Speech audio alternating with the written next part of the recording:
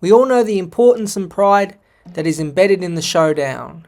Adelaide and Port Adelaide despise each other no matter where each of them sits on the ladder. In round 23, it was a critical game for the Power, who would secure a top 4 finish with a win. With help from showdown medalist Zach Butter's career-high 42 disposals, they got the job done. However, it came at a huge cost that will weaken them during their finals campaign. Port set themselves. Keen win the double fist. Could have gone the mark. That's Rankine. Rankine is down. She's on. It is on. This is on. That's weeks. Oh, there's people going down everywhere. Dan Houston's bump on Izak Rankine was one of the biggest hits we have seen in the 2024 season. He will serve a 5-game ban, meaning Port Adelaide will be without one of their top players for the entire final series. Houston is in the top 40 rated players this season and is averaging very good numbers across the board. 23 disposals, 5 rebound 50s and 5 score involvements per game out of the back half show the drive and link-up ability he provides. With rumours around him wanting to return to Victoria next year, Showdown 56 may also have been the final game he ends up playing with the Port Adelaide Football Club. His suspension may also cost him a premiership medal, but he wouldn't be the first player to have that happen to them. The most high profile of these types of incidents happened in another rivalry game. In round 20 of 2018, the Western Derby between West Coast and Fremantle was over, at least on the scoreboard. The Eagles, who were in the top 4 at the time, were up by 50 points and cruising. But in a split-second decision made by Andrew Gaff, he swung his fist in a roundhouse motion and connected perfectly with then first-year player Andrew Brayshaw. Let's have a look. Screen.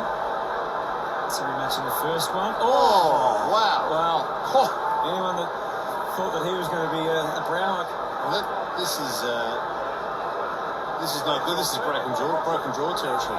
Oh. The Fremantle players have just realised this. They've just either seen a replay or at least been... It was one of the ugliest events of the 2018 season and was equally strange.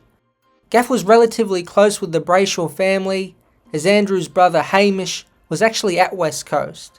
Gaff was a quiet player on field, and this was just so out of character. Brayshaw, holding his jaw, came to the bench and went off to hospital. He was diagnosed with a broken jaw and had multiple teeth dislodged.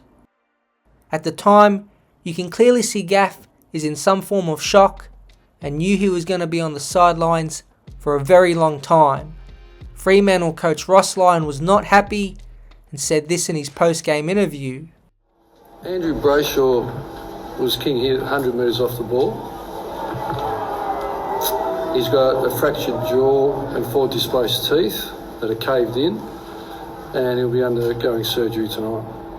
So, your thoughts on the incident itself?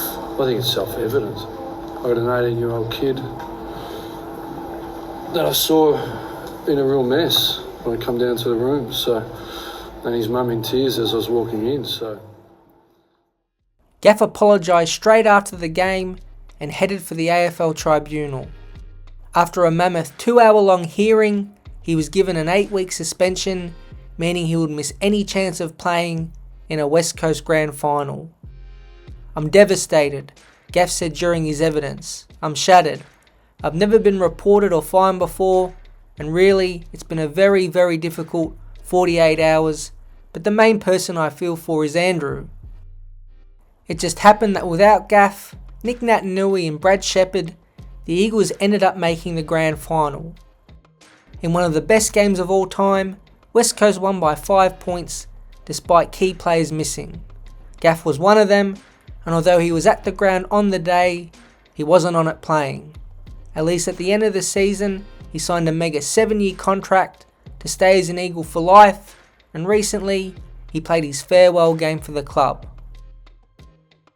2 key suspensions may have cost North Melbourne way back in the 1997 season. Although the Kangaroos only finished 7th in the home and away portion of the year, the reigning premiers still had a team that could compete when it mattered most. In the first week of the finals series, they beat Geelong by an even 18 points, but progressed to the next stage with 2 key players missing. It may have cost them another tilt at a second consecutive flag. 1997 final series, you and Glenn Archer get yourselves rubbed out. The club, the Kangas, get eliminated from the premiership race in the preliminary final. Yep. Dennis wasn't happy, was he? No, he was very unhappy. and rightly so. I mean, was it... In that elimination final against Geelong, shinboner of the century Glenn Archer got suspended for 2 games for kicking Gary Hocking, while Wayne Schwass, who was seen being interviewed by Mike Sheehan, was getting hounded all night by Carl Steinford and couldn't hold in his frustration. He lashed out when the opportunity came to him, and with Steinford on his back in a vulnerable position, Schwass kicked out directly at his groin area and also clipped him in the inside of his thigh. He finished the game with just 18 disposals and had to wait and see what his punishment would be. Schwass got 4 weeks for his kick to Steinford's groin. It would also be his last game for North Melbourne, as he would move to Sydney the following season. But back to 1997, and North Melbourne did beat West Coast in the semi-final the following week. It was the prelim against St Kilda, where they lost by 31 points and led to this famous exchange.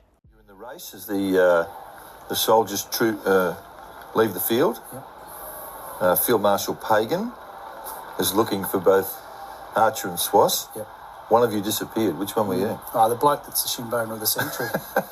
And Dennis came out of the box, and you could just see steam was coming out of his ears, and he made a beeline for us. And I just said to Arch goes, let's go out in the ground or let's go in the room. So I said, no, stay in the race, because once he locks onto us, he'll give us all he's got.